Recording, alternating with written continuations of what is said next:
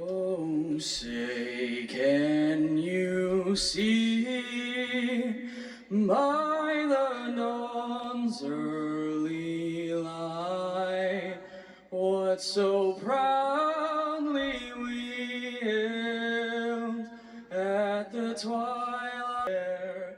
Oh, say, does that star-spangled banner yet wave o'er the land of the free and the home of the brave?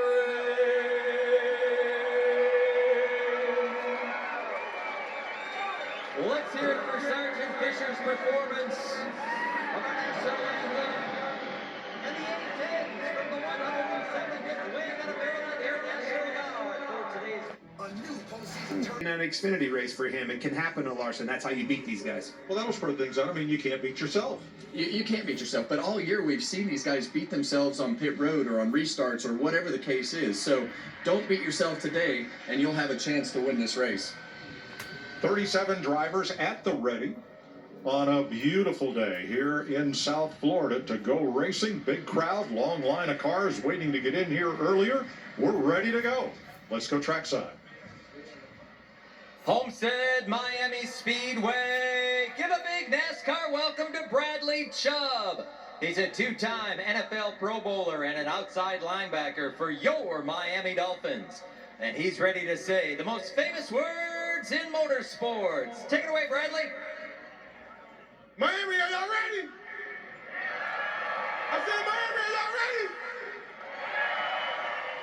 Drivers, start your engines.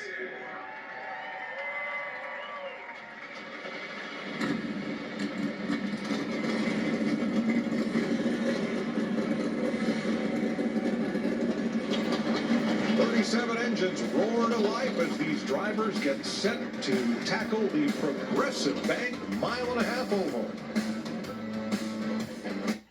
Homestead. The bottom lane just fires off better than the out lane. It's a lot easier for those guys to get grip on those rear tires taking off. We're off to the races. Blaney on the outside, 3 wide. Briscoe already. A few more rows 3 wide. Here we go.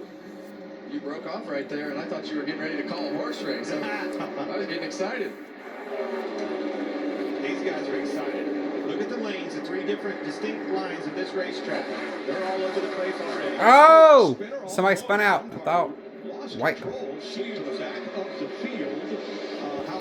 Right there. Able to continue, and that was the 41 custom.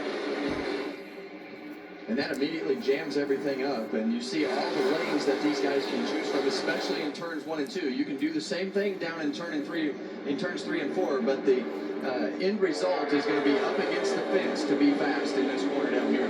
Tire management, you cannot stress it enough, and it starts right here. Get this thing sorted out. Try to get to track position, because obviously this is the best chance to do it when everybody's bunched up.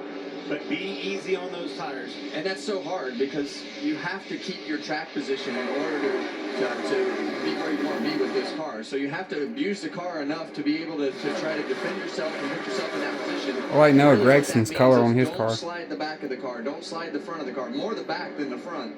Because every time you slide the back of that car, it's just taking life away from the tire.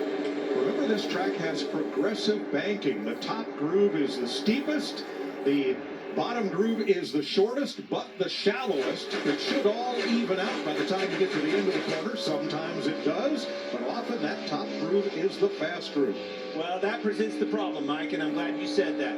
You can't just drive through them. Once they're locked on that wall, you get to them. We've seen it with Larson, saw it yesterday in the Xfinity race. Eventually, you've got to do a slide job or do something to move out of that preferred groove on the outside. Well, we see Kyle Larson right here, and indubitably, he's the best guy up against the fence. He and Tyler Reddick, and that puts a lot of pressure on those guys in the rest of the field when they have to get up there against the fence and try to make the lap time that those guys make. And that's when we see guys get themselves in trouble that aren't as good at it as those two. Well, the front. Ford, Chevy, Ford. Had to start at the back. That was Eric Jones who had damage. Ford, to Chevy, the Ford, Toyota, Chevy. Coming around to complete lap number 9, Ryan Blaney out front in Homestead. life doesn't